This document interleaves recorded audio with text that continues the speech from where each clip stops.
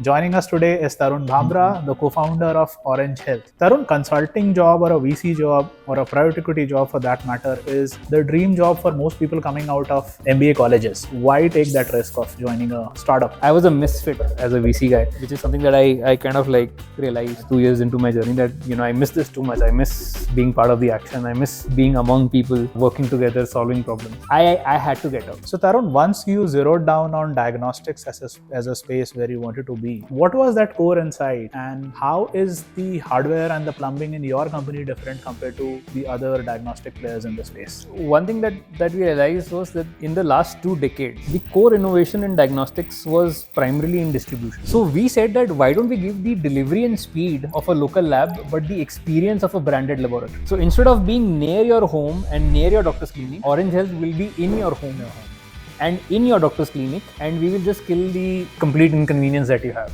On-demand, at-home diagnostics was the first differentiated play with which we went with. The way Orange Health is designed is saying that I don't care about the 40, 50-year-olds per se to capture today, because let's say a 50-year-old has decided Metropolis is nice solution. Not going to change. They're not going to change, right? Yeah. Our objective is we want to capture 85%, 90% of the people who are entering the market. Because by the time they're 35, by the time they're 40, they are also going to make decisions for that 50-year-old who was their parent, who's now 60. And this guy is busy in his middle of his career, and just for getting a blood test, he doesn't want to move his parent. So on the way to office, click, click, click. Instantly 1 hour later, Orange Health shows up, takes the blood. 3 hours later, the report is on the app. It's also gone automatically to your doctor. You made a very pertinent point that winning trust of the patients is most important. What are the factors that your TG has in mind when they are choosing a lab? So trust and convenience are the 2 decision factors for the consumer. This is one use case where convenience is actually not a luxury, it's a requirement.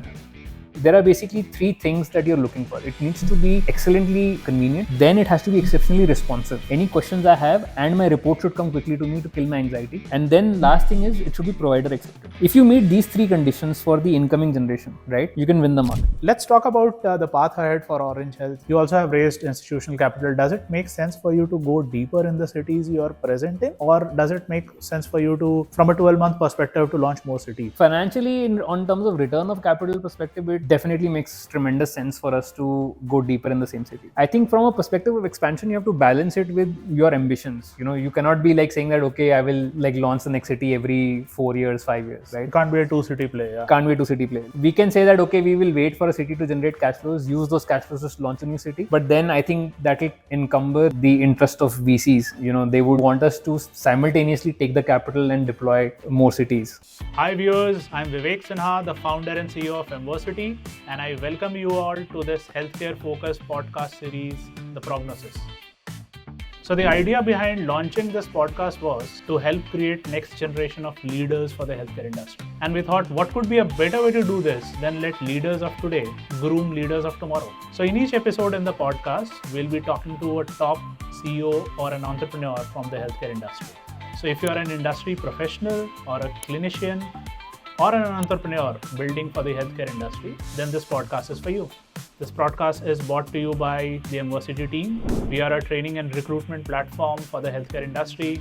We do 2 things in service of our mission, which is to address the global shortage of doctors, nurses, and allied healthcare workers. First, we run work-integrated degrees and diploma programs, which are curated along with the top healthcare companies and NACA Plus universities. And second, we also run an online jobs marketplace called Resume with an RX. Now, Resume is a portal which is a 10 times smarter way of getting hired by a top healthcare company in India. All right, let's dive right in. Welcome to another episode of The Prognosis.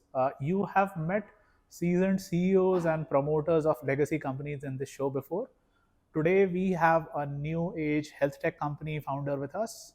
Joining us today is Tarun Bhambra, the co-founder of Orange Health. Welcome to the show, Tarun. Great to be here, Vivek.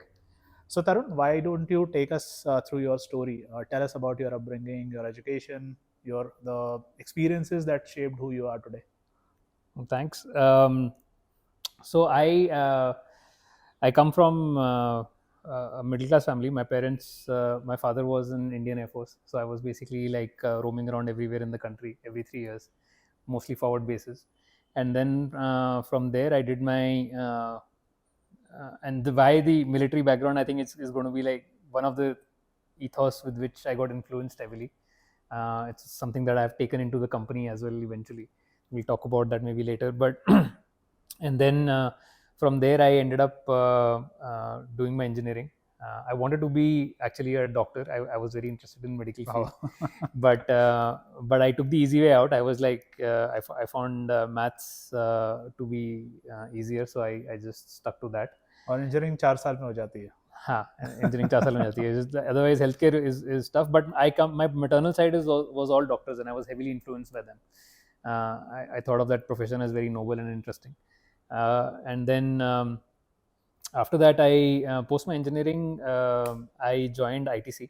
ITC was where I basically got my grounding in operations. So my core, I believe, as a person, I'm an operations, I'm an operator.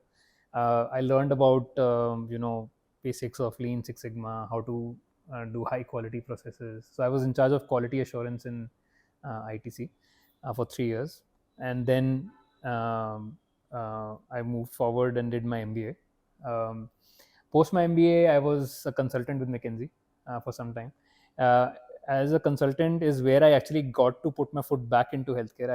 I got pulled into consulting for health insurance companies. Okay. So then I learned a little bit about insurance sector.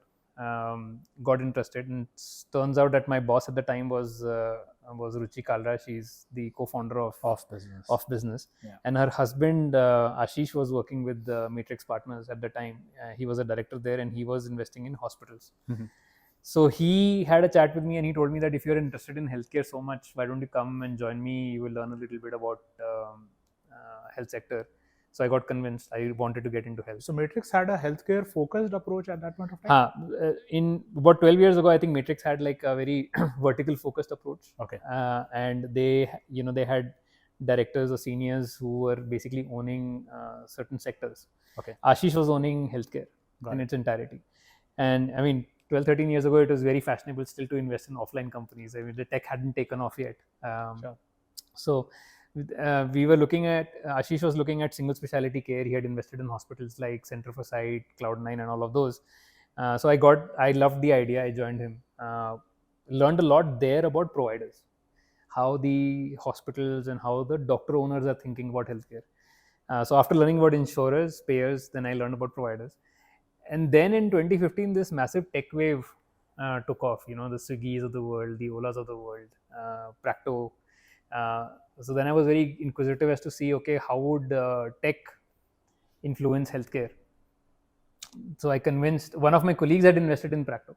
Okay. And I convinced the founder of Practo, Shashank, to take me in. He was very generous. He took me in as a product guy with no prior experience. So I was with him, learned about the tech side of things for about 4.5 years.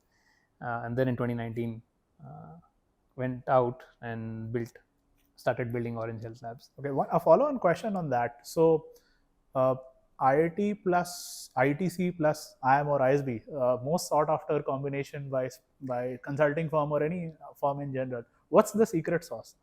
What does these three logos, behind the logos, what prepares you, let's say, in a much better way for a role in consulting or a role in VC? Okay, yeah. So that's a good question. It's true, actually. Now that I think about it, that pathway seems very common. But actually, so in my batch, people used to say that if you have done your BTech in IIT and work for ITC, then you really have to work hard to not get into McKinsey or BCG or yeah. True. I think sometimes companies form kind of like a channel for recruitment. Mm-hmm. They stereotype. I think McKinsey and BCG at some point in time, they got convinced that there are a decent set of pre-filtered guys which are coming through this route. Sure. And ITC was actually one of the early companies, used to be day one companies in IITs that day. So, ITC got a pick of the talent along with HUL and a couple of other companies like Schlumberger and all. So I think that became kind of like a route for saying that, okay, people who did well at IIT got selected by ITC day one, and then McKinsey basically got dibs on people. Okay, these people doing MBA already, if they've gotten a decent grade, then that became a combination to just hunt from, right? Mm-hmm. I think that was the easy approach. I think most of the time the top companies just look for markers for pre-filtering. Makes sense. Tarun, a consulting job or a VC job or a private equity job for that matter is the dream job for most people coming out of MBA colleges. Having been in that industry, working with top funds, Practo was still, I mean, yeah, it was a pioneer health tech company back then, but still, uh, that how it's going to, let's say, pan out was still unproven. What motivated you to leave a VC job with a, I would say, very defined path, and people who stay in that path do incredibly well? Why take that risk of joining a startup? So I feel I got molded a lot by ITC to be an operator. Mhm. And being from armed forces background, and from ITC is, I used to tell my parents, is like, well-paying forces. It has the same ethos. People are together, you're working in large groups, you have people around you. VC for me fundamentally is a very lone wolf job. Mhm.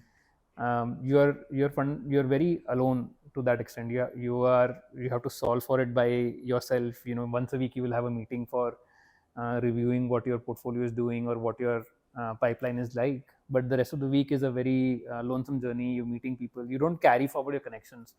A lot of meetings happen. They're very insightful, right?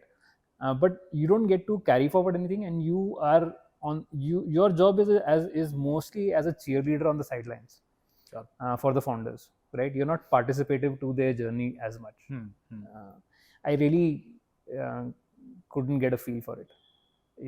So I was a misfit, I would say, as a VC guy, and which is something that I kind of like realized 2 years into my journey, that I miss this too much. I miss being part of the action. I miss being among people, working together, solving problems. So I had to get out. Fundamentally, for me, it was I have to go back. So you wanted to be out there playing the game rather than cheering from sidelines. Yeah, but it's a great career. It's for people who fit in it, I think it really suits them well. Sure. But I think a lot of people get stuck in it also because of the salary. You price yourself out of the market, and if you're not willing to take a cut and come out of it, right, then you can get stuck in doing something which you might not feel too adept at. And in the very initial days, did it also mean for you taking a step down in terms of your comp, etc.? Yes, Got of it. course. It did mean that I had to take a cut on my comp. But that was fine. I mean, it was not, you're already getting paid so much at such a young age, if at that age you can't take that much of a hit, then Then you will. yeah. Then I think the falsity would be to think that that should be your salary. I think that is. Yeah, with every passing year, it becomes more and more difficult. Correct. Because then you also keep on upgrading your lifestyle. Yes, This is your compensation. That's the trap. Yeah? You get priced out of the market. Yeah, true. Why don't you take us through your journey at Practo? How was it? I think my journey at Practo was amazing. First of all, I have to give credit to Shashank, who's the founder. He was, you met him, and he had an aura about himself which didn't seem like his own age.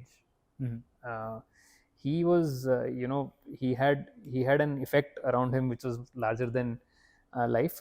He exhibited maturity much beyond his age, right? So we all were leaders who were much older than him, reporting to him, and I think we felt completely at ease under his leadership from that perspective. So he gave a lot of space. He was very open and willing to give us a mandate. Like, this is the mandate, this is what I want you to do, and then we were given the freedom to come back and like say what is our ideas. But I think all that was great fundamentally at Practo, right? I really enjoyed my time building out things, I think. But one of the mistakes that we ended up doing together, I would say, as a group, as a leadership together, right? And it was also, the other thing was that none of us, including Shashank, were actually experienced leaders at scale. We were all growing professionals, right? And we had always had like a lot of guidance on top of us in our previous companies. Sure. That's when that guidance goes away, you realize what kind of mistakes you can make, right? So I think the one of the strategic mistakes that we did was that we expanded the scope of things that we wanted to do too much. simultaneously. That diffused the resource base of the company. We were doing a little bit of everything, and doing little bit of everything simultaneously cost us time. It cost us in execution, it cost us time. We couldn't build differentiation. And it prevented us from capitalizing on the original differentiation that Practo had, which was that they were number one and still are in doctor patient connect. Sure. Right. So that lost time, I think, cost us significantly in the last couple of years. I think after that, we got better at it, and we reconsolidated our view to refocus. But that was primarily the learning. I was in charge specifically for building out, along with my co-founder. Coincidentally, that's where I met Dhruv. At Practo. At Okay. Practo. Okay. Dhruv and I just joined. We were like employee one and employee two to start off the consumer vertical outside of booking appointments. So booking appointments and software was the original product of Practo, and we were brought in to build the consumer vertical, which will have teleconsult, pharmacy, diagnostics, and subscription business. These were the 4 verticals that we built together. So we built those from scratch. We took the team from 0 to like 300 people. We launched pharmacy. We launched diagnostics with the help of ThyroCare on the back end, powering us. We launched teleconsult, which was hugely successful. Dhruv led it. He did a phenomenal job at it.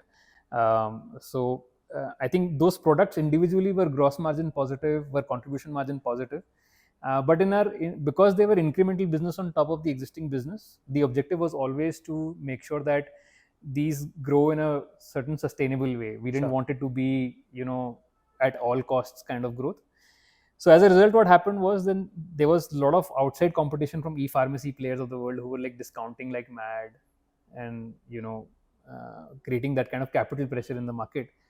We could not create the kind of growth that we would have ideally liked, right? So it was kind of like a business which was little subscale, but it was, by the time Dhruv and I left it was unit economics positive. And it was in the right place at right time immediately after we left in 2019 to capture a lot of steam in the COVID era. So I think Practo greatly benefited from having a unit economics positive business model ready in place to service the consumers when the demand shot up, right? But it was a great experience. I think it was Practo had a phenomenal leadership team, and really enjoyed my years working with Shashank. Sure. At what point of time in your Practo journey did you think about starting on your own? What was the trigger? How did it start? So I was, I say I am a reluctant founder. I was very sure in my life that I will not be a founder. I wanted to be a professional.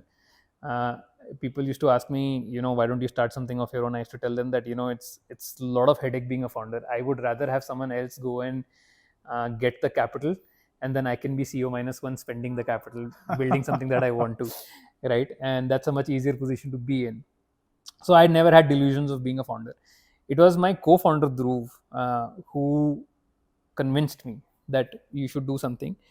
And his view was essentially, he saw my dissatisfaction with the fact that I was the only thing with Practo at that time that I was not happy with was that I felt like after having worked with the diagnostic players and everything else, I felt like not owning the supply was preventing us from getting margins, and it was preventing us from doing real innovation. Yeah. So just by being layer on top, right, we were not able to effect any change. Yeah. Right. So I was extremely dissatisfied with that reality, and I wanted to do something, much deeper.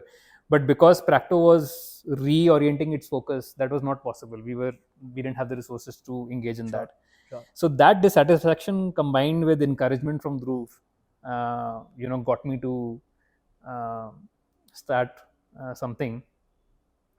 So it was just like, I will try it for a year and a half. If I find that I'm no good at it, because I had already had an experience of going in, trying something new as a VC, and that not working out for me much well, and I had exited back to being an operator. I was like, this will be like another one of those shots that I will take.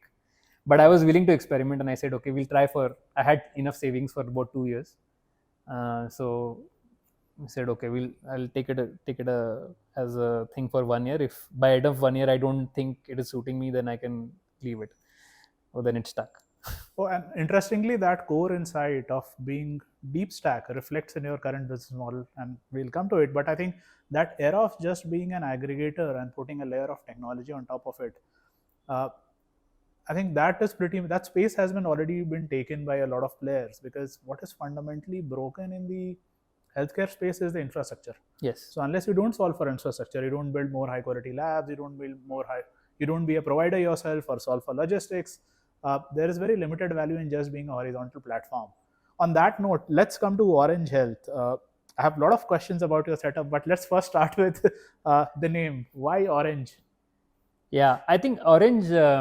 So when Dhruv and I sat down as employee 1 and employee 2, right? We thought what would be the name of the company. Mm-hmm. We were having this discussion. Okay, what are various diagnostic labs named as? And they all had this overbearing names like Med Lab, Path Lab, X Lab, or Doctor this or that, right? So it seemed like if you would name it something like that, it would just drown out in the sea, and it would be another thing which just hard to remember, because this is a very, very infrequent use case. So Yeah, how do you true. stand out, and how are you remembered, right? So I mean, coming from tech, obviously we are all Apple fanboys, and essentially, right? So we were thinking about, okay, what's an easy way to remember the name, right?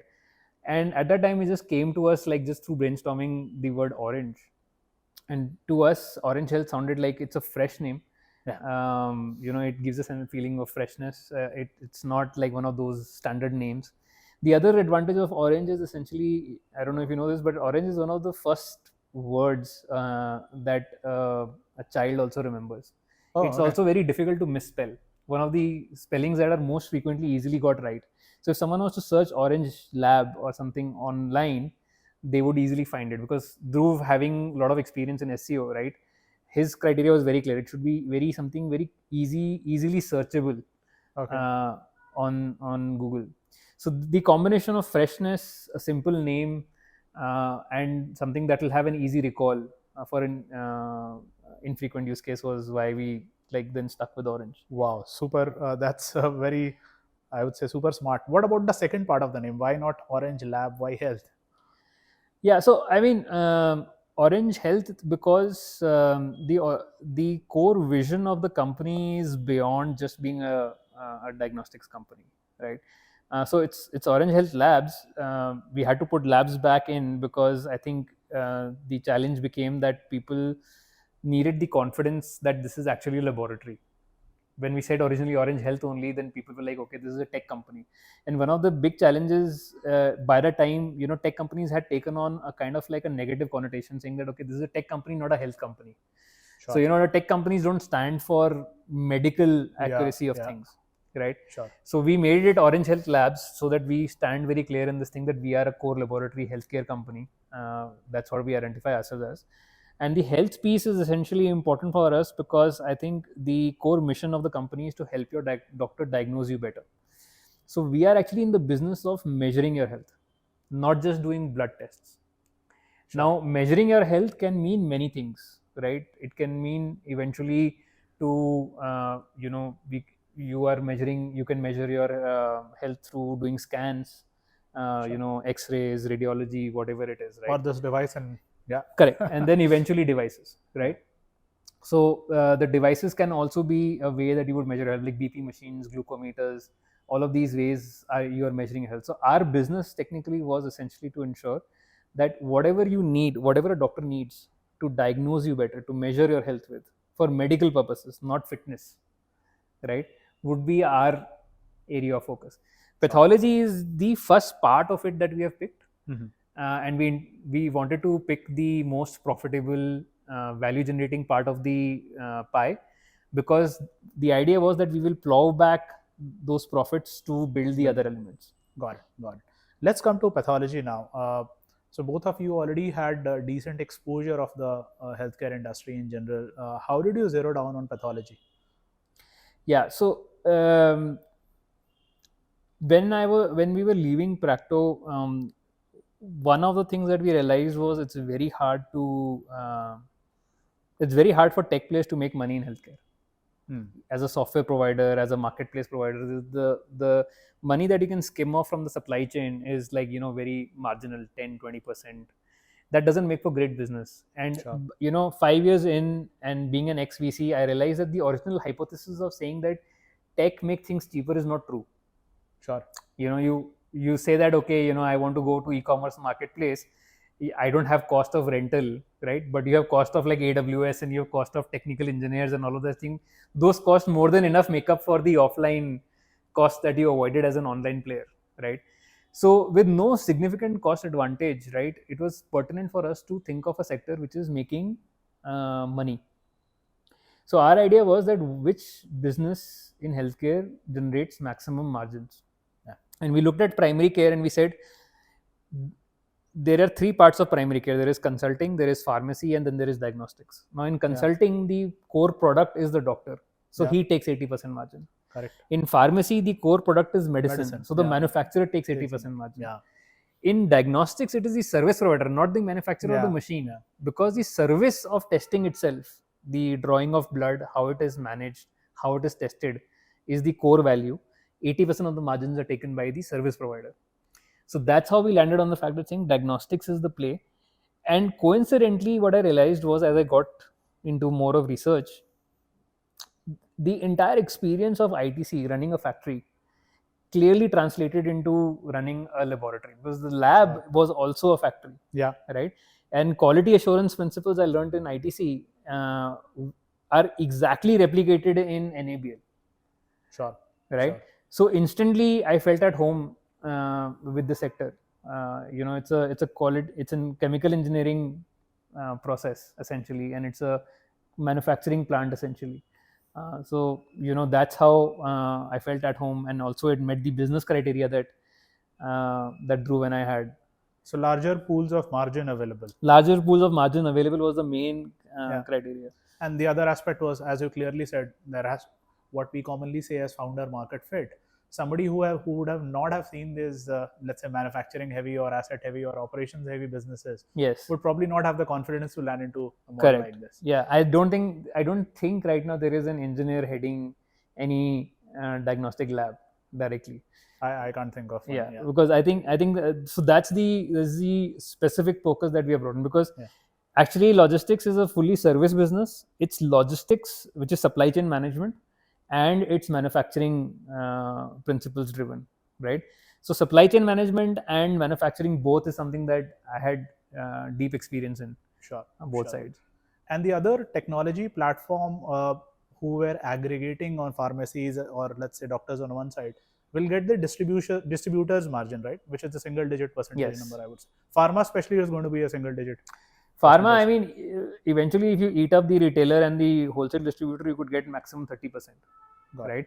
But of the 30%, their play was differentiated by discounts. So they were giving 15-20% away to the consumers on an average. 15%. So net you land up with just 15% margin about, right?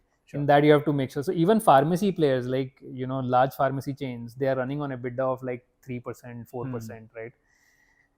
And I was very clear that do not want to build a business where there is no margin. Having been VC, right? I was particularly clear that 3% margin business is not something that I want to build. Sure. So Tarun, once you zeroed down on diagnostics as a space where you wanted to be, I'm sure you would have studied all the other prevalent model and drawn a core insight basis which you wanted to build your company differently. What was that core insight, and how is the hardware and the plumbing in your company different compared to the other diagnostic players in the space? Yeah, I mean, so when we entered this market in 2019, 2020, right? When we were doing the research on this, one thing that we realized was that in the last 2 decades, right, the core innovation in diagnostics was primarily in distribution. Okay. Right. You mean franchisees? Franchisees, right? So like in 1990s, the market was essentially, in every local market, there was one pathologist who was running his local small lab, and you would get your test results after a certain time, right?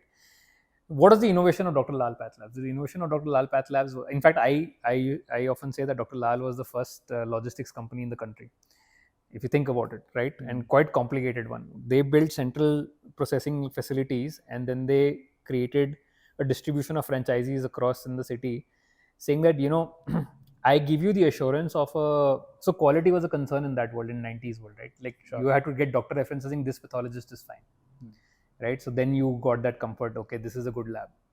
So Dr. Lal's innovation was like, okay, I'm a very well-known lab in Delhi. Now my franchisees are available. So I'm a brand available next to your home or near your doctor's clinic, right? And the innovation was that I have reduced the cost of being close to you, right? So I've basically made a small collection center which has no capex, no machine. It just collects samples, and I have built logistic network to pull back the sample into the central processing facility to give that report to you back in same time as a local lab. Because that was an innovation of email of that world, right? Or through electronics, they could send it to the report back to the collection center where you would get the printout. So fundamentally, that's what you wanted, right? And everything else is not required. Everything else is centralized. So that was the first expansion that they did, and I think the innovation fundamentally was that quality is available near your home, because quality was suspect. But 20 years later, quality was with almost every other facility, right? Even the local laboratories, now you see 2-story high buildings which also have NABL accreditation, right? Near your home, BioLine and, Magnus Diagnostics and many other are there. So quality was no longer a differentiation, fundamentally. And this is the reason why, for example, when Metropolis opens a laboratory, a collection center next to Dr. Lal in Delhi, their business doesn't take off. But when Dr. Lal opens a collection center next to Metropolis in Mumbai, their business doesn't take off, right? Because there is no difference in quality. Quality-wise, they both are great, right? And pricing is also no different. So pricing is very opaque in healthcare. In fact, pricing in diagnostics is kind of like a little bit Veblen. If I keep on discounting it to a point where it becomes ridiculous, right? People will be like, these people might not even do test. So, I know that PT was also on this thing. He was talking about sync test is a concern, right? But the fundamental mistake there is also, like, for example, I feel like Tata 1mg, went ahead and said, we will do a test at 199 rupees, right? You are stoking the fear again by saying that I will do something at 199 rupees, right? Or you are actually trying to over leverage your brand equity with saying that I will make something so discounted, right? In healthcare, that's not the idea. And if you tell me I will do your heart surgery for 30% discount, I'll be like, boss, you do it for 20% more, but let's get a better doctor, right? So price is not a differentiating factor. Also, in wellness packages, it is, right? But if your wife is prescribed a test for luteinizing hormone by your doctor, your first instinct is not to open Google and say, where can I find luteinizing hormone for cheapest? That's not showing care for your wife, right? So price is also not a factor, right? The only third axis left for differentiation is delivery. And let me take you back to the original example. What did Dr. Lal do? Dr. Lal also said that I will increase the convenience of reaching a brand, right? But they did not decrease prices. They in fact increased prices. They were higher priced than competition, compared to right? But they still won, and they have great margins. So our view was that why is it that what has happened in the last 20 years, if you just look back on the sector, right, what you will see is that Dr. Lal and Metropolis have grown in their own regions, but not in each other's regions because they're not differentiated. But within these regions, one group of labs have done very well. These mid-sized labs. Right? Why are these mid-sized labs doing well? Fundamentally because their delivery is better. Their collection area is bigger. They service you nicely. There is larger waiting room for you. The doctor is in-house, so your reports come to you much faster. And because pathologist himself sits in that 2-story building facility, the nearby doctors refer to that facility because the nearby doctors have a direct line to this doctor. So in 1% of the cases, I want a review of the report. I will be able to pick up the phone and ask for feedback. Right? So we said that why don't we give the delivery and speed of a local lab, but the experience of a branded laboratory? right? Makes sense. So instead of being near your home and near your doctor's clinic, Orange Health will be in your home, In your home. and in your doctor's clinic, and we will just kill the complete inconvenience that you have, right? So Makes sense. on demand at home diagnostics was the first differentiated play with which we went with, right? And that is now building that, it's a longer conversation, but that building that is fundamentally hard and difficult, right? Because you now have to rip apart the entire wiring of the company, right? Today, let's say Dr. Lal or any other facility, they have already infrastructure built for collecting samples from these franchisees to bring it back into a hub to semi-process it and then bring it back to lab. Their labs are already designed for batch processing to get maximum cost efficiencies. So they are built for what they do, right? To build an on-demand fast service, right, you have to completely redo everything for lakhs of samples that they do, which is an advantage that a startup always has over an incumbent, right? We get to start the way Clean we slate. want. Yeah, true. So we built our infrastructure completely in a different fashion, and we did a ton of innovations. Actually, we were first innovators in many aspects in the industry. Sure. Which also means that if the incumbents, let's say if the promise of a 60-minute delivery turns out to be very, very attractive to a large segment of customers, and the incumbents want to copy your playbook, how hard or difficult it is going to be for them. So let's say pick up their existing infrastructure and add a layer of super efficient logistics on top of it. See, I think one of the first, it will be exceptionally difficult, right? There are few challenges that they will face. I think the first challenge that the incumbents are likely to face is resistance from their own channels, right? When you get franchisees on board, when 80% of your business comes from franchisees, you have promised them certain amount of business success, right? Now, if your primary business model shifts from making them successful to saying that I will do everything in your territory, then you are cutting them at their knees, right? That is damaging your own channel. That's number one. Right? Like how we saw it in the case of Mama Earth. Correct. The company going directly to retailers and cutting out the distributors. Yeah. So this is, so you can, it's a very, very difficult call for a CEO to take, that I'm going to harm my own channel. Right. That's one. The other challenge that they have fundamentally is that there is an kind of like some kind of an operating rhythm of a company, right? So if you're designed for building those processes in a certain way, so for example, some of these companies, they have built their a lot of their business by expanding by acquisition. So when you acquire, your machine mixes are different in every laboratory. Your IT systems are different in every laboratory. The people who are there, they are used to working in a certain way, right? So you have your own operating SOPs, how you optimize the cost structures you have already set in a certain way, and your stock market is used to getting certain kind of profits from you. Predictable profits, right? So now let's say if you decided I'm getting 20% EBITDA, and tomorrow I decide that 5% of my EBITDA will be knocked off, trying to completely reset all of this, right? That's 25% of your market value gone, right? So they cannot respond to that threat at a global scale with us, right, till we become a global threat. Right? So I think unless we demonstrate ourselves to be significantly a huge challenge for them, I think they are in the wait and watch game. Now the question is, in the interim time, what are the additional capabilities we can build which will differentiate us even more, that when they try to replicate this part, it will be already too late because we will be building something else. So, but that's the window in, right? Which is why, one of the things that I always used to admire about the company, which is 3M, was that you need to be willing to destroy your own business every 5 years. Otherwise, someone else will do it for you, right? I think diagnostic companies in India have had a very long dream run of 20 years doing the same thing, right? And preserving the kind of margins that they have, right? So not using that margin for upping the game for the consumers, right, I think is what has given segue to company like ours to enter the market. And Tarun, there are a few macro trends that this is like, let's say, driving the growth in the diagnostic industry. So rising instances of let's say chronic diseases, more awareness about getting a preventive checkup done, and all that has led to a lot of fund infusion in the sector. not only on the VC side but also on the more mature side. Yes. Private equity investment coming into the Pharma sector. has also come in. Yeah. All these health tech companies in their new avatar are also trying their hands at diagnostic. Do you see that as a threat to a model like yours, or do you see, let's say, too many players spending too much money in this industry, or do you think there is enough headroom for all of you to grow? I mean, I will answer it in two parts, right? First is, I think there is enough headroom for everyone to grow.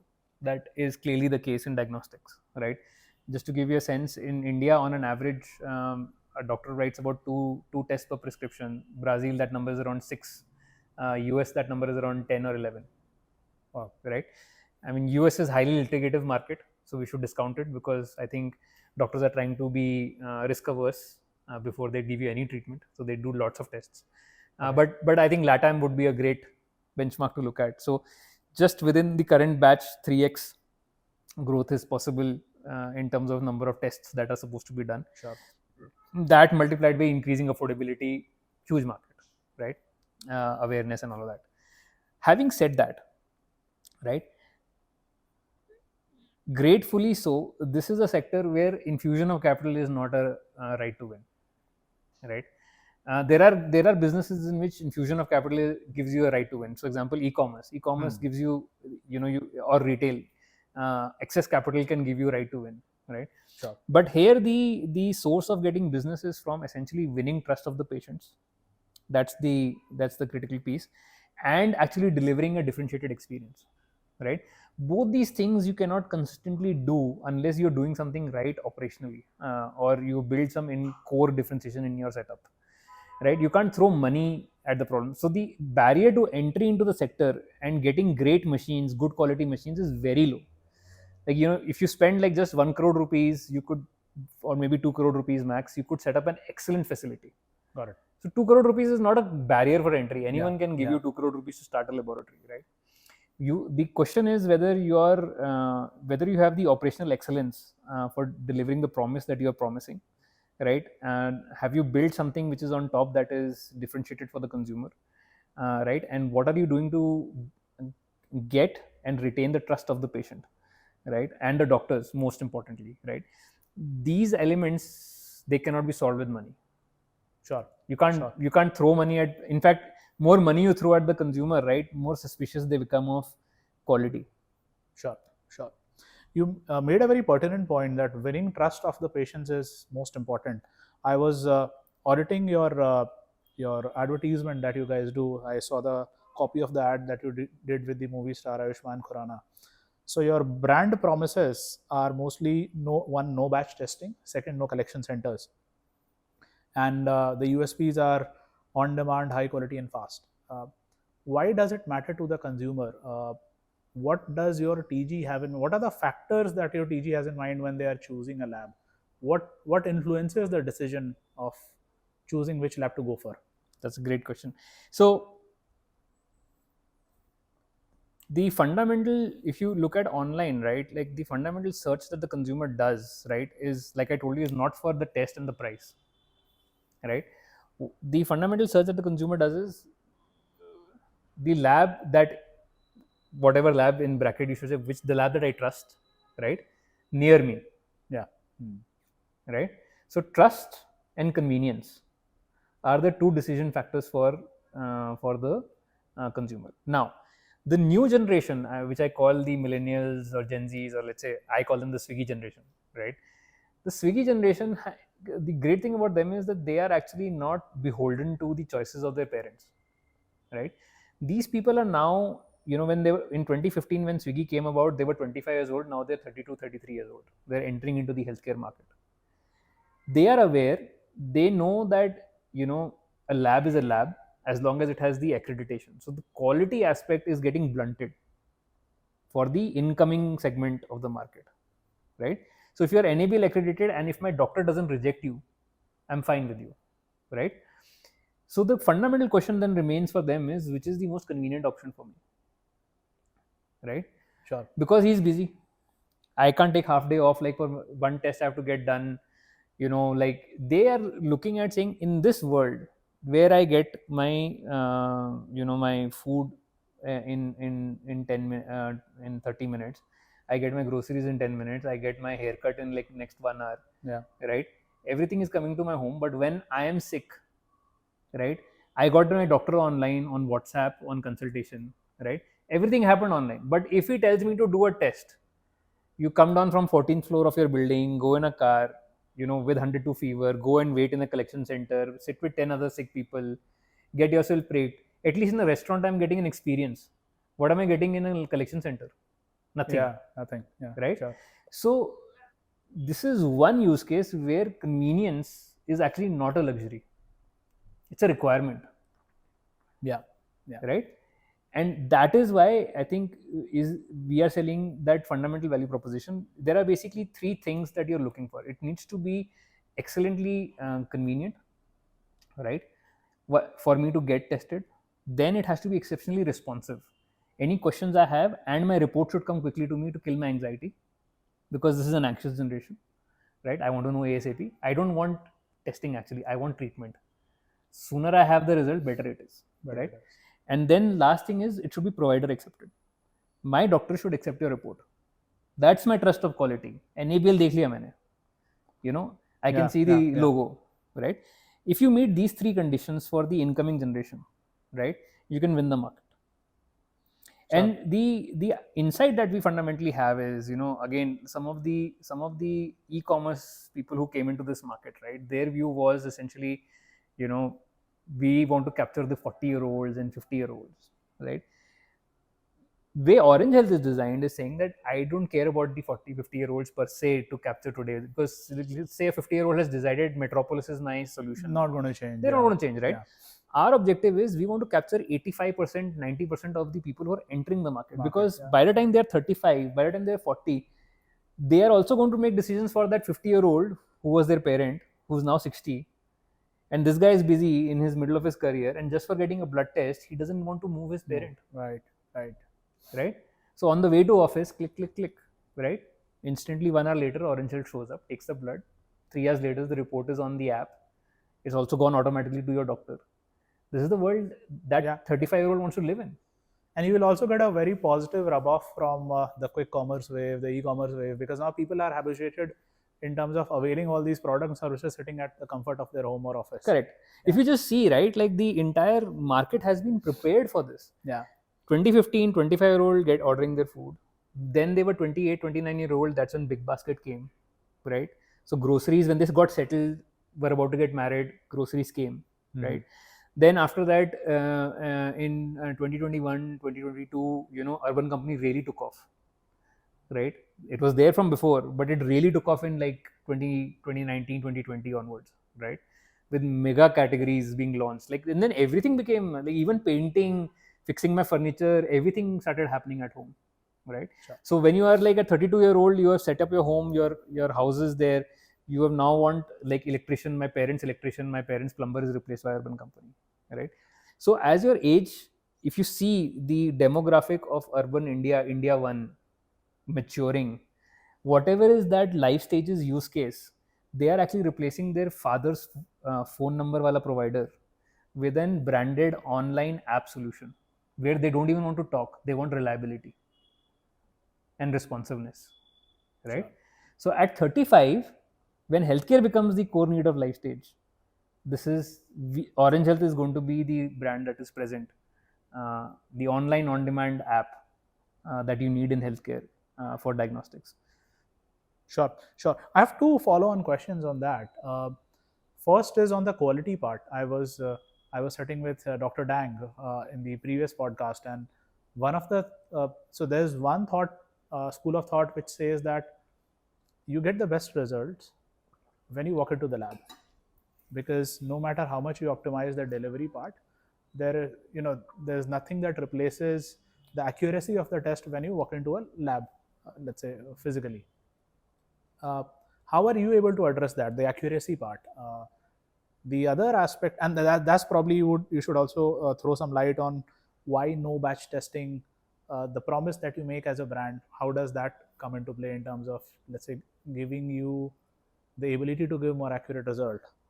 The second follow-on question that I had on that point was, from a personal experience, so I'm a regular user of Orange Health, by the way, and like as you rightly said, though I'm not the 25 to 30 or the TG that you define, but still don't want to go to a lab because that's one of the most unpleasant thing to do. Uh, so two personal experience. In one case, my endocrinologist refused to accept the result and prescribed a certain laboratory only. Uh, and in second case, the tests were commissioned by my dietitian. That was Orange Health. I mean, she used some portal of her own to commission a very famous dietitian based out of Kormangla to commission a lab report for me. So if in most of the cases lab reports are ordered by clinicians and interpreted by them as well, how much is the anxiety part actually relevant?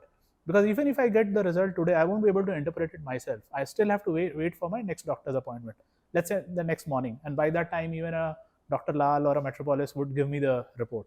So these are the two follow-on questions that I had.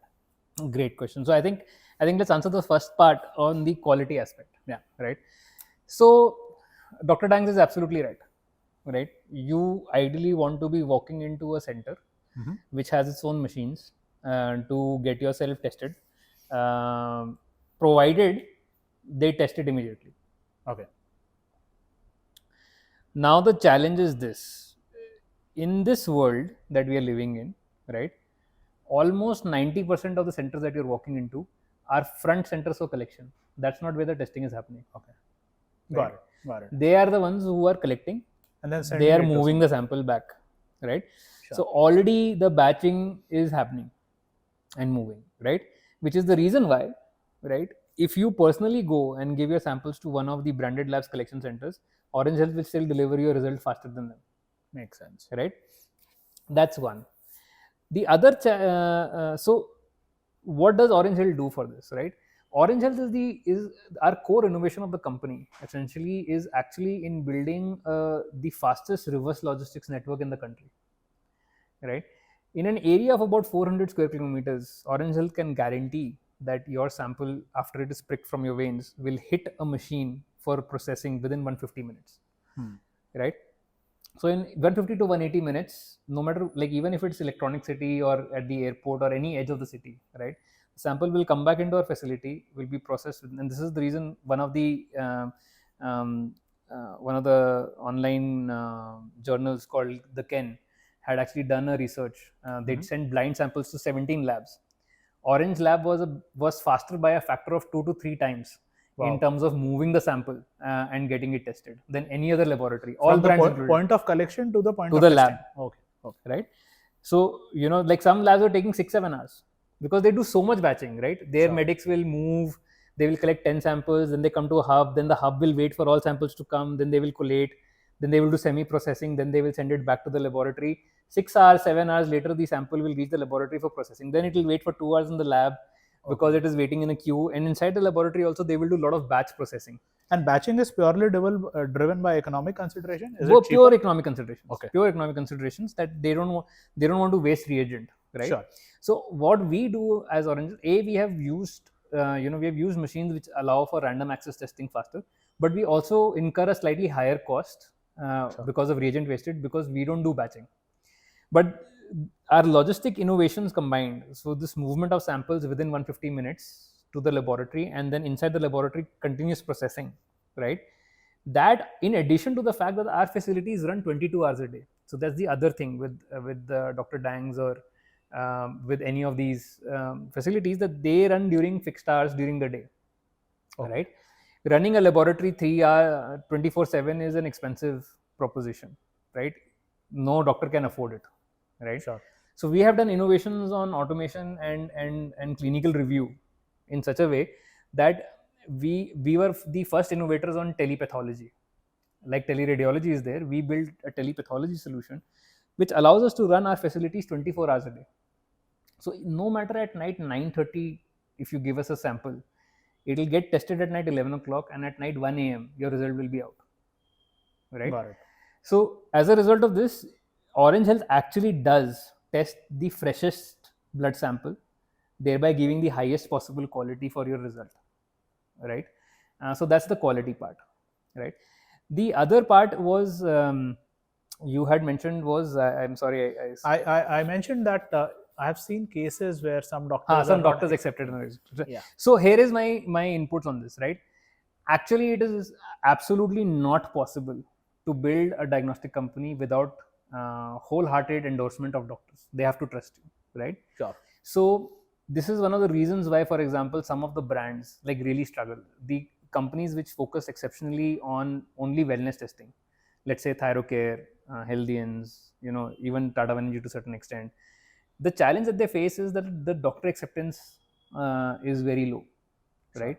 Because they don't do as much work with working with doctors on building that degree of trust, because their focus is only on wellness testing, right? Makes sense. In case of Orange Health, what we have done is we have actually we have built increasing amount of partnership with doctors. So you talked about the nutritionists, right? Yeah. So instead of building a franchise network with third party people, we build franchisees with clinics, right? So like you said, like I said to you originally, Orange Health will be at your home, in your home, or in your clinic. Got it. So we give the ability to clinics to actually take your samples or dispatch us real time to you to process them. What this gives us is the opportunity of also working very closely with doctors. They get reports directly, and we give them access on our system. The doctors who are working with Orange Health can directly reach our pathologist on call. Okay. 16 hours a day, right? So it builds a huge amount of trust with doctors on ground, right? And doctors is a very clique network, right? So if, as you know, today Orange Health works with about 1,000 doctors in 4 cities, right? So these 1,000 doctors also are talking with other doctors and saying what is their experience has been with this laboratory. Is this lab responsive? Does this lab respond? When I tell them to do a retest, so we have a no questions asked policy for Orange Health doctors. A doctor can tell us on the app, retest this. Okay. And no questions asked, we will retest it instantly. We will not argue with the doctor. Okay. Right? If the doctor will say recollect it, right, and do an interlab comparison, we will do it free of cost. Okay. Right? So that is how Orange Health is increasingly building a lot of credence and credibility with doctors, right? And over a period of time, the hope is essentially that even your endocrinologist, for example, right, would have either joined Orange Health as a doctor or would have heard from his colleagues. Community, yeah. That my colleague is also using Orange Health, so why should I reject it? And is your testing infrastructure all in-house, or for some advanced tests, do you also partner with some other lab? We have to. So for very high-end tests, so like we have 97% of tests that come to us, we do in-house, right? 3% of the tests which are exceptionally high-end. So for example, NGS, genome sequencing, for example, or some very high-end markers, right? We have to tie with an outside company. So like for example, MedGenome has a very unique set of bioinformatics platform, which helps them interpret the genomics data, right? Okay. So these are kind of tests which have to be done by super specialized laboratories. So we do the backend link-ups for these tests. We will get it done, but the collection infrastructure will be ours only. So you don't have, if you are prescribed 10 tests, of which one test is super specialized, you don't have to again go to another lab. We will give you the whole basket of service. Okay, interesting. Who pays for, so let's say, who pays for the extra USP that provide over and above compared to these regional chains or the corporate chains? Who pays for that faster delivery? Do I pay a slight premium for that, or does, in typical ITC fashion, you have figured out a way to let's say, derive that value through operational efficiencies? We have figured out a way to derive. That's the innovation. Essentially, we are able to offer the 10x convenience through this logistic infrastructure innovation. So like for example, what we have done is not at a higher cost. Not at a higher cost, fundamentally, right? The higher cost is actually lying below, which is going into the R&D, which is the tech development, right? But the operating model is significantly efficient, right? There are two aspects of this. I think offline guys have one advantage is that they ask you to come to the collection center. So one person in a collection center is able to process a lot more samples, right? Than our one person does. But then we have optimized that with front end logistics. On the back end side, I think the incumbents have advantage because they have huge volumes. They are able to source the reagents at a much lower cost, which we think as we are able to scale, we will be able to get the same margins in sourcing, right? Sure. But in the middle piece, which we have optimized for, that is fully our innovation, and we are able to do it in an operating structure which is not equal, I would say, but very close in terms of operational efficiency. So the customer doesn't end up paying. Sure. The extra cost of R&D we hope to recover by achieving scale. True. And that's your investment. That's our so to investment. say. Why don't we talk about neo reports? I have personally experienced it. Very helpful. One typical issue that I used to face with, especially if you are doing preventive checkups on your own, you don't tend to keep all the reports at one place. Yes. So you tend to get tested once in 6 months or 1 year, and then finding out the last report to compare how are certain markers or parameters doing compared to the last time was difficult. Yes. Why don't we talk about new reports as an innovation? What was the idea behind it, and who else is doing it, or are you guys the only one doing it right now?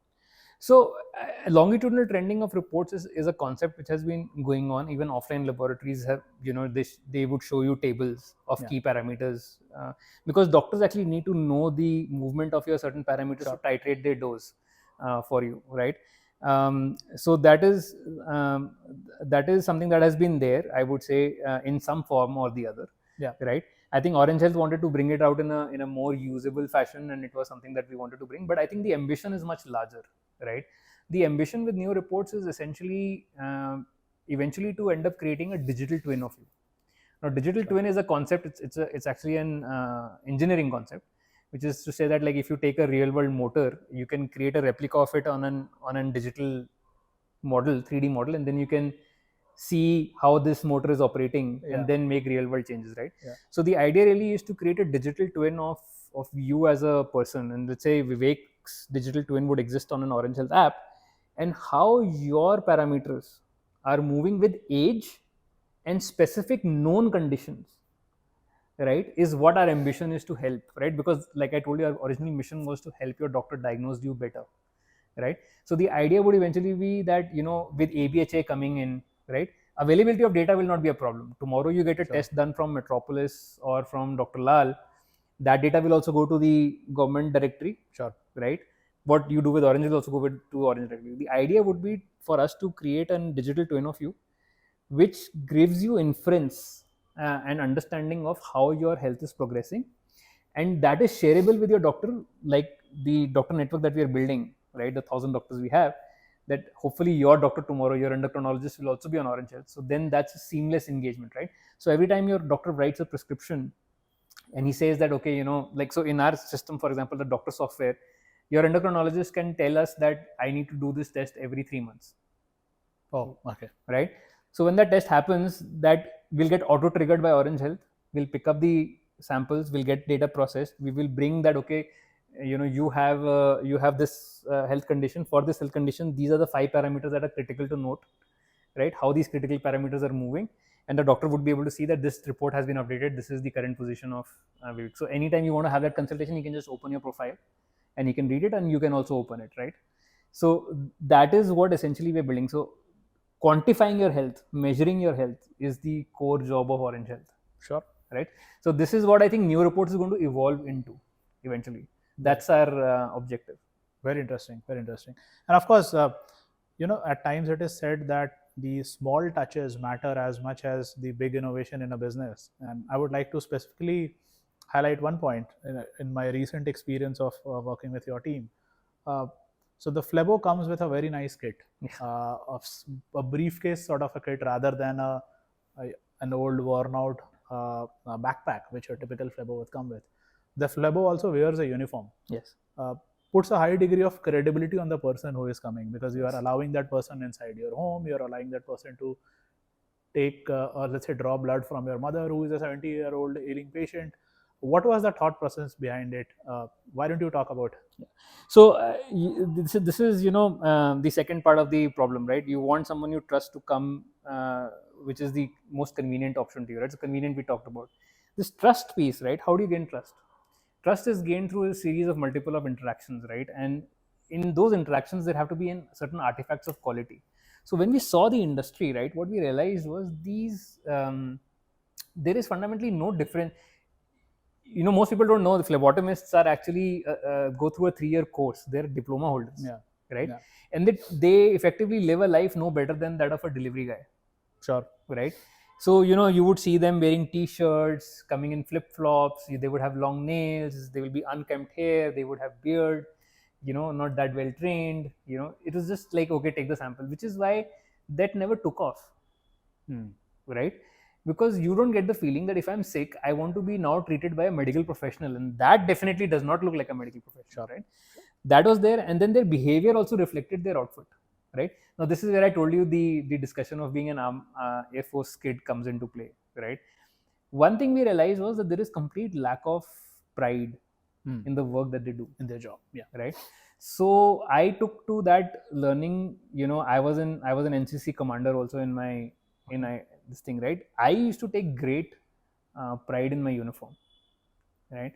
So we came up with this concept of creating a uniform which would be the artifact of honor, pride, and quality, of belonging to a brotherhood or a sisterhood that you cannot defame with your actions, right? So, and we created the toughest possible uniform, which is completely an antithesis of what would one think from a practicality lens, right? That we will create a white uniform because that's what medical looks like. Yeah. Medical is white, right? And you can see any spot on the uniform. So you used to say that like aap ispe daag nahi lagne doge. Is uniform, and that was both physical and metaphorical. You cannot let it get this uniform spoiled both in your actions and in actuality, right? So that increased the standard at which they had to maintain themselves, right? Like if I want to keep the uniform well kept and look good in it, right, I have to behave a certain way, right? I have to be trained. They are trained in a way to manage that and maintain it, right? But the other thing is also saying that like you cannot employ someone in your team who actually puts down the respect of this uniform, who drags it down into the mud, right? So I think we have actually now told our medics that you're joining the elitist paramedic force in the country, right? We put in tons of hours of training into it. We put 100 hours of training into it, over and above what they've already been trained to become Orange Health medics, right? And then we have given them kits which reflect their professionalism, right? So the kit is also an outcome of the 5S ethos of lean, right? Where everything is in its place, and there is a place for everything, and everything is in its place, right? Nothing can be kept out of, because I really hated it when you used to put something out and just come out like with this bag of things, and then you would sift through things like that, right? So having worked in a lean factory environment, I knew how tools and kits are to be kept by professionals. So we designed that. It took us about a year to design it, right? So every aspect of experience, right, is designed to be superior than what you would experience in a collection point. So now you chose us despite low trust because of convenience, but when we came to your home, we won your trust also. Sure. And we met both the conditions, right? And the third piece was essentially to win the doctor also. So these three pieces we had to bring together, and that is why so much effort has been put into how these guys look and what they carry.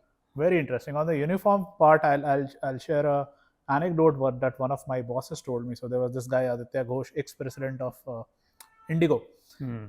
He asked me to guess once. So he asked me, Vivek, why don't you guess how much does air hostess of Indigo earns in her, let's say, start of a career? And my guess was 50,000, because I thought they hire the best groomed people who can have a conversation, very fluent English. He said 22,000. And my question was, Aditya, why do they work for a salary that is so low, 22,000? He said they do it for the uniform. Yes. So yeah, totally relate to it. And they are the first point of, I would say, contact between the brand. They are our brand ambassadors. Yeah, absolutely. They are our brand. In fact, now Orange Health is, people recognize us by the uniform. Even your brand ambassador Ayushman Khurana was wearing that uniform, yes. right? In the ad films. Very interesting. Let's talk about the path ahead for Orange Health, Tarun. What are some of the next big milestones that you have in mind? You guys are in Bangalore and Delhi right now, right? We are in 4 cities right now: Bangalore, NCR full complete, Hyderabad, and Mumbai.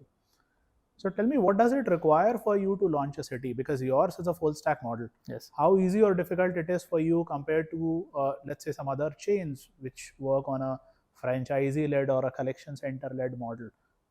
how much is the effort non-trivial in terms of launching a new city? Why don't you take us through that? So we can launch an entire city in about 3 to 4 months, right? And I think that's the beauty of this model, because fundamentally speaking, we don't have to tie in franchisees, we don't have to do physical center creation. None of that is required.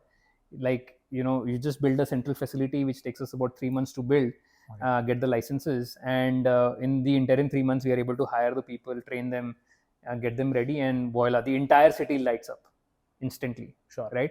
So actually our go to market is much faster than an incumbent in terms of activating a city. We don't have to acquire anyone. None of those challenges are there for us, fundamentally. So now I think we have kind of refined our model significantly, right? How our logistic network gets deployed, how the lab is facility set up, what are the SOPs and protocols. We are able to do all parallelly. So 4 months flat out, we can instantly switch on a city. Sure. And as of today, does it make, you also have raised institutional capital, does it make sense for you to go deeper in the cities you are present in, or does it make sense for you to, from a 12-month perspective, to launch more cities? Financially, on terms of return of capital perspective, it definitely makes tremendous sense for us to go deeper in the same city, right? Which is why we are focusing on this. I think in Bangalore we would be easily among the top 3 pathology labs today, right? And because this is such a highly leveraged model, right? Because there is fixed cost of running a facility, there is a fixed cost of running the logistic network.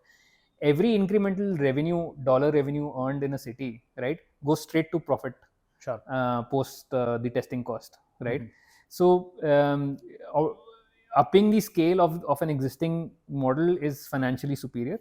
I think from a perspective of expansion, you have to balance it with your ambitions. You cannot be like saying that, okay, I will like launch the next city every 4 years, 5 years, right? It can't be a 2-city play. Yeah. Can't be a 2-city play. Like, technically it's possible for us to do it, like, okay, we will make these 4 cities, like Bangalore today is profitable for us. It's generating cash flows for the company, right? We can say that, okay, we will wait for a city to generate cash flows, use those cash flows to launch a new city. But then I think that will encumber the interest of VCs. They would want us to simultaneously take the capital and deploy more cities. Sure.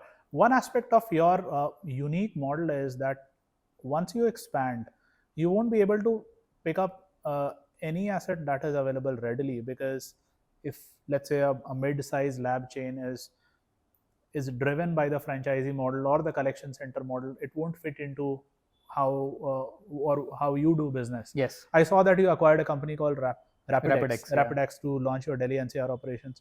So do you think this would the uniqueness of your model will also in a way limit your inorganic growth opportunities for somebody like you? Yeah. And I think this is the thing about strategy, right? I think if I have always learned that if your strategy doesn't limit your choices, right, then you don't have a strategy in place. Sure. Right? Because fundamentally, if you have not doubled down into a way of doing things, right, which gives you structural advantage, whenever you do that doubling down, right, it will by design force you to exempt yourself from doing something else, right? And if there are no such countervailing choices that are occurring because of your strategic choices, then you have made no strategic choice. Then you have only made tactical decisions, right? One of the strategic side outcomes for us is that acquisitions are hard to assimilate into our business model, because our business model works on uniformity of operational excellence, right? Sure. Where I think our learning from acquiring RapidX is that I think we will gain by acquiring adjacencies. So for example, tomorrow if we want to acquire a high-end genomic reference laboratory, right, that's an additive capability but not an extension of our current capability, right? So extension of existing capability I think has to be organic for us, and I think adjacencies in adding capabilities would be an inorganic opportunity for us. Oh, I had that as a follow-on question in mind. So as you expand from your current let's say battery of tests that you cater to let's say newer segments like molecular diagnostic or genomics, what are the newer capabilities that you will have to build, and what part of the playbook that you have already built will be replicable? So I think in terms of the at-home service capability, something that would be replicable and expandable, right? So for example, we are already adding capabilities with regards to doing ECG at home. And the USP of faster 60-minute applies in those segments as well? For ECG and everything applies there also. In fact, the results for ECG are instantaneous, so it's not even 6 hours, right? On the spot, the system will give you the result, right? So ECG, pulmonary function test, whatever devices we can bring to your home will be the expansion of the existing model for us. I think the additive pieces that we'll have to figure out additionally would be around radiology scanning devices, right? Whether we build them organically or whether we buy them and integrate them into our capability is something that we will have to fundamentally work on. Sure.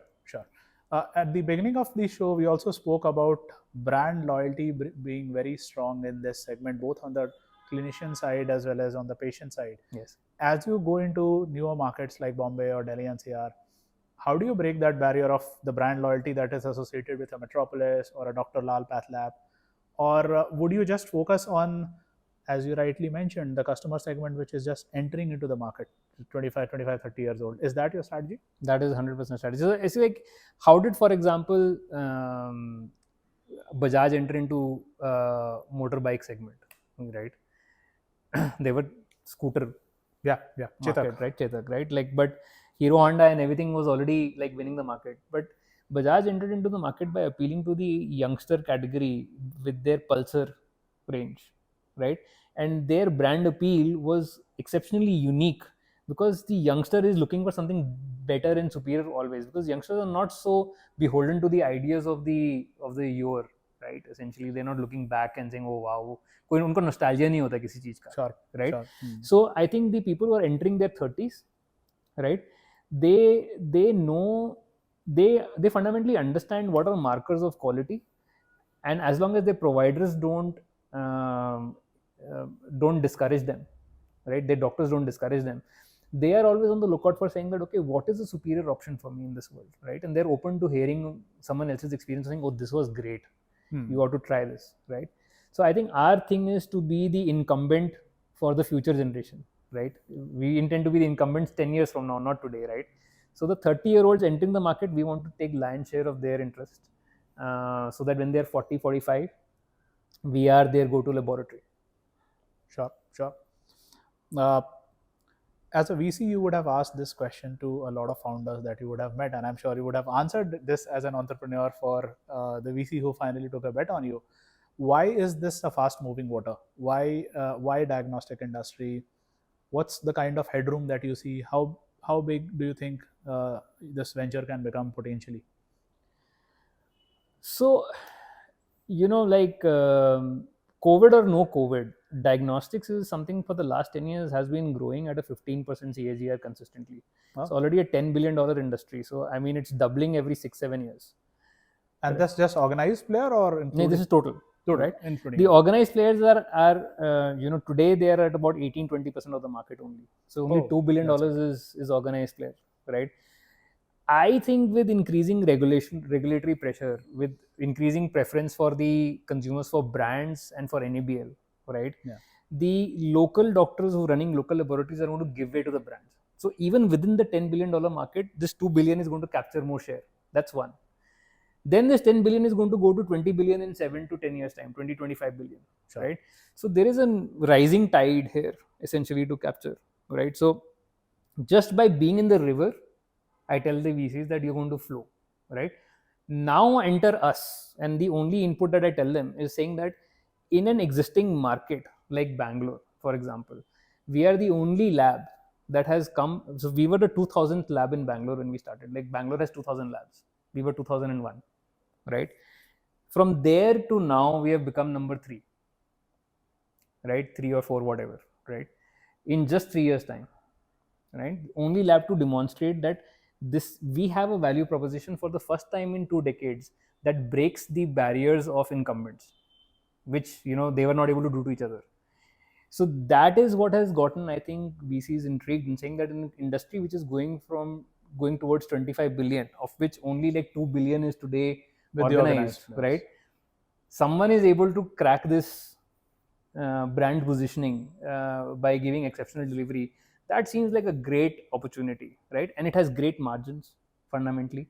Dr. Lal is $200 million in revenue. It's the largest player. It trades at around 2 billion in public markets.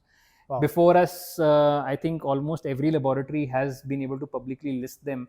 Just that revenue of about 500 crores, 600 crores, we're already about 100 crore rupee company. Wow. Right? So I think there's a clear path to exit. There is a clear upward tide.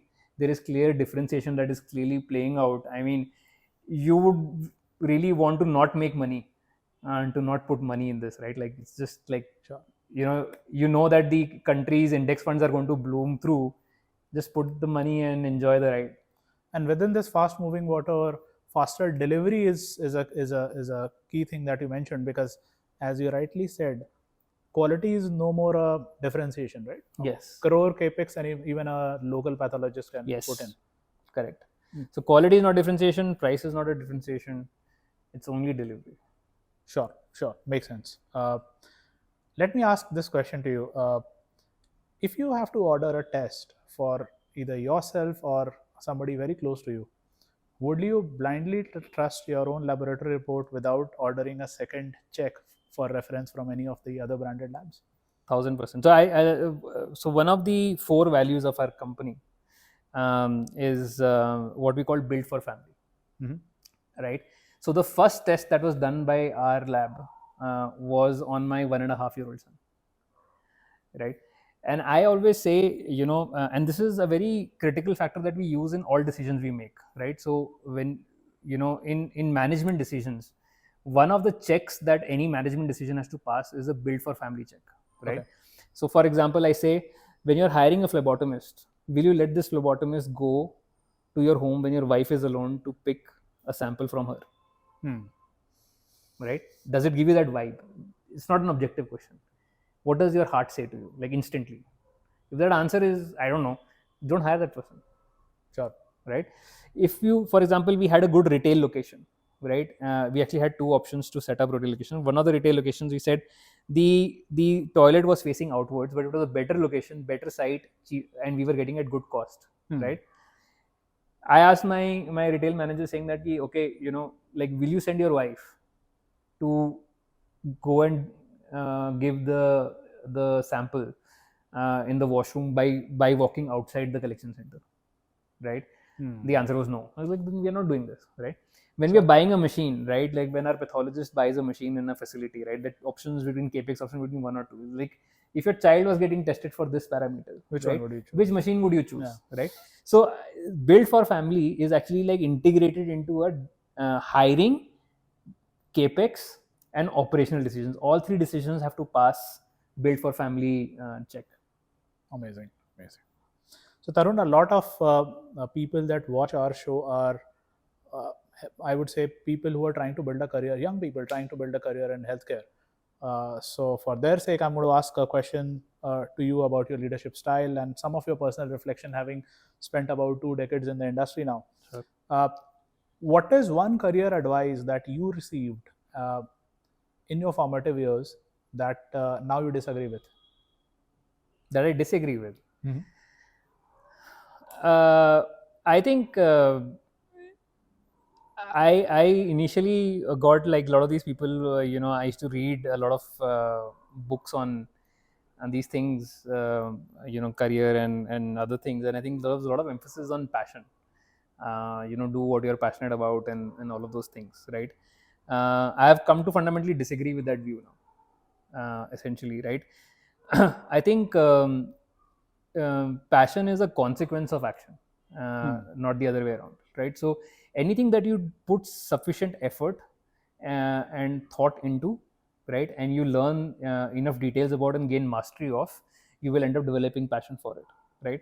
What you don't gain mastery of and you don't do enough action in, right, you lose passion for that person. So I think in a job, right, it's very important for you to do the job excellently well, and that in itself becomes somewhat of a resume and a referral point for everyone else to pick you up and take you to the next level, right? And fundamentally it makes you passionate. There is actually no job, whether I liked it or disliked it. Even my VC stint, for example, I did it with full passion, but what I learned from that VC stages, right, is something that I have been able to use to my benefit as a founder today, right? So I think instead of seeing whether I'm passionate about something, aim for mastery in something. Sure. Treat every job as a job of in terms of like being a craftsman, and hone your craftsmanship in that job. Like, can you do a phenomenal job, and can you make it crisp, amazing, spectacular, aesthetically beautiful, right? If you can do that in your current job and you create pieces of art from it, the science of it will also follow. Very nicely summarized. So Tarun, if you are a VC or if you are a founder and you have to build for India, one of the obvious sectors, if you look at the macro trend, you should be building in education, you should be building in health, climate, etc. But when it comes to health, uh, we don't see a lot of breakout companies in the last few years, or I should say fewer breakout companies than what we should have produced as a nation. What do you think are the investors missing and the founders missing? So this is the same question I would say as, like, say for example, deep tech, right? I think healthcare services has some elements of deep tech in it, in the sense that it needs domain expertise, it needs understanding of the domain, right? I think the unfortunate scenario for some of the founders has been that they have come in with a very, very idealistic view of how they would, from one of what I have experienced, right? People who come to me for advice on this side, right, is that a lot of the founders come in within they would have had one experience or two experiences, and I would have wanted this experience to be like this. Why it can't be like this? So you start with that thing, and it is in most direct to consumer plays, that's a very valid point to start with, because you can mold the back chain supply to meet that. The problem in healthcare is that it is the system of healthcare is not designed fundamentally, and its purpose is also not that, honestly, is not designed for your convenience. It's designed for what is correct to be done to you as a patient, which may be highly inconvenient, by the way. Sure. Right? So when you perceive everything from everything from a customer or consumer lens, right, in healthcare, you don't recognize that this is it's a setup which is supposed to actually take control of you and drive you in a certain fashion for getting the right outcomes, right, which may not be the best things for you in the short run, right? So the backend system has linked incentives to run in a different way, right? And they are looking at saying that, okay, what will make the doctor more successful in treating you, instead of thinking as to your convenience and comfort is secondary, actually. Sure. Right? So if you drive everything from convenience and comfort perspective, you are basically making things difficult for professionals to do things efficiently. Now, doing those things efficiently is very critical in India, because India is a low price economy. It's the cheapest healthcare ecosystem. Now, if the doctors, if you want like a US experience of a doctor sitting with you for 40 minutes to explain your symptoms for cough and cold, then how are we going to treat people? Because someone who's having cough outside has TB. Sure. The doctor needs to get to that guy, right? So this is the mistake that happens, right? So my advice to VC and founders technically is to treat healthcare as a domain expertise sector to work in, right? You would not get into space tech without some core ability to understand the space rockets and all, right? You would not get into AI without actually having some base understanding of ML and some computer algorithms, right? You will not get into semiconductors without knowing what does it take to make chips. Similarly, I think you should not get into healthcare without actually taking the time and effort of knowing the sector, right? What are the lined up incentives and how the system works, right? And after that, innovation is definitely possible, but it's a domain expertise sector. And I think that is the mistake that people have taken. I think VCs were very rosy-eyed, had rose-colored tinted glasses in the early days, with thinking that a youngster would come and we need a disruptor to come and disrupt everything here, right? Sure. This is an expertise sector. This will not disrupt like that. You have worn 4 different hats: consultant, VC, operator, and now a founder. What is one lesson that each of these role taught you? One unique lesson. Oh wow. Okay. So operator, I think operator I have learned the most as I learned the hard skills, essentially. operations, how to do operations management, what is operational excellence, how to drive efficiencies, all of those things. I think I learned a lot of hard skills. I think I learned a bunch of soft skills with regards to people management, working with large teams. What does it take to take people along as a group? As a consultant, I think I learned a lot around a lot of soft skills around how do you do better communication. My ability to communicate my ideas has improved. Top-down thinking, I was the worst top-down thinker. I think my ability to think top-down has improved a lot. My written communication has improved a lot because of McKinsey. I mean, they put tremendous effort in you for improving those things in you. As a VC, I think I learned two things. I learned one thing was I understood how to read financials of the company for the first time. I mean, MBA, you do something, Sure. but as a VC, you recognize, okay, what are the pressure points eventually that come to bear, and you see how companies struggle for it, right? How difficult it is if you don't fix them at the right time. What are the economics of VC maths to work? So how to make a venture, which is so that was the hard skill part of it, financial and what creates outcomes for VCs, so that I could negotiate with them, and that was the soft skill I learned, which was negotiations. I learned a lot as a negotiator, especially under Ashish. I think Ashish was a phenomenal negotiator. Watching him was a privilege in rooms for negotiation, and also making sales to founder. How do you sell to a founder, right? That was a hard sell, because in offline companies they were already making profits. Yeah. They had very little interest in selling their equity. So actually we were selling capital, that please let us put some money to you, right? So learned a little bit of selling there. Very interesting. Last question for you, Tarun. If you could go back in time, and of course, if you could theoretically, if you could go back in time, you would have done a lot of things. But if you were to give one advice to your younger self in 2020, to Tarun in 2020 who was just going to start, what would be that one advice? What would you advise your younger self to do differently as an entrepreneur compared to what you have done? No, I actually, I was lucky enough to get that advice. I got it from my first boss. His name was Gaurav Tayal. He was my boss in ITC. He told me that, Tarun, it's great to be idealistic, right? It's great to have idealistic goals, right? But the paths to achieve them is by being pragmatic, right? I think I was an overly idealistic guy. I still have little bit of symptoms of that left over, because what your personality is. But I think he put it in the right perspective for me. I think youngsters, when they come into a job, right, they can be too idealistic, right, and that can make them kind of like inflexible to the reality of the world. And moving from college to a job, you start to question a lot of things. Why is this like this? Why this cannot be like that? And all of that stuff. I think the best advice that I got two best advices, which to this date they hold true, right? One was by GT. I call him GT. It was this one, that keep your idealism for goals. Have idealistic goals, but pursue it pragmatically.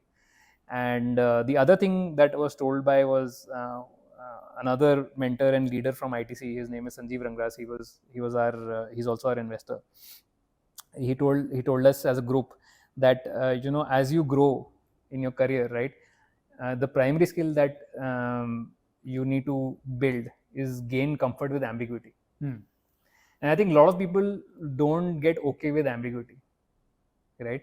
But I think fog of war only becomes more real as more senior you become, right? You take decisions with partial information, and you have to deal with ambiguous situations. I think if you are okay with living with certain degree of uncertainty, I think you're getting better at being a senior executive. Great. It was super fun talking to you, Tarun. Thank you for coming on the show and inspiring a lot of people. No, thank you, absolute. Thank you, absolutely great to be here. Thanks a lot for having me. Great. Thank you. Great, thanks.